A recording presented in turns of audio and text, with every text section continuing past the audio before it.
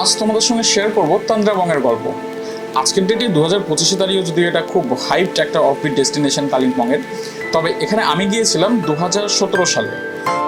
Exact আমি ভুলে গেছি, তখন তো ভ্লগ করার ব্যাপার ছিল না, হোমস্টের নামও আমার ঠিক মনে নেই। তবে অদ্ভুত সুন্দর একটা জায়গা। যে হোমস্টেতে আমরা গিয়েছিলাম তখন সেটা ছিল তান্দ্রাবংয়ের একমাত্র হোমস্টে, এবং সেই হোমস্টে 6 নম্বর গেস্ট ছিলাম আমরা। আর যদিও অনেক হোমস্টে হয়ে গেছে এখন তান্দ্রাবংয়ে। অদ্ভুত সুন্দর এক জায়গা, তোমরা নিশ্চয়ই এখান থেকে ঘুরে আসতে পারো।